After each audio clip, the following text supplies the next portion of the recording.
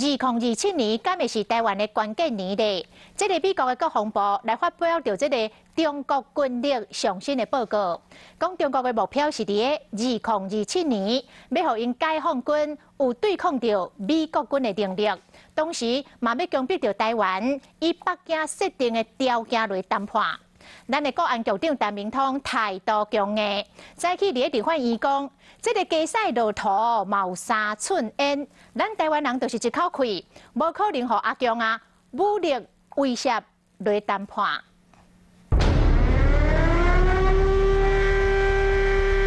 空袭警报声传出无偌久，部队集结，中国浦中部战区陆军防空旅实弹演练影片。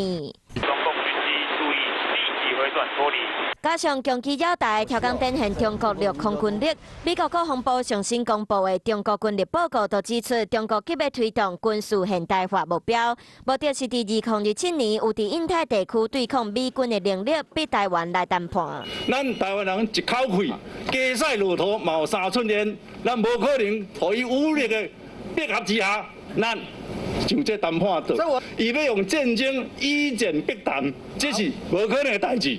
放弃武力对台嘛？这个不管什么时候他都这样讲。所以你可以解读是代理战争，可是他们本身就冲着我们来啊。面对两化紧张的情势，陈明通态度博较争议。美国前国家安全顾问欧布莱恩阁公开示警，中国可能伫2024年美国总统大选进程对台湾展开军事行动。有一些人完全无视中国的扩张主义。更严重的是，中共习近平有他自己的时间表，我们一般称之为习近平的 agenda， 就拼命的检讨台湾的身段不够软 Q 哈，好像不得罪中国，中国的时间表通通会改变一样。李伟用电话为中唱尖，毕竟面对中国扩张主义，上路无法度动作，无看到。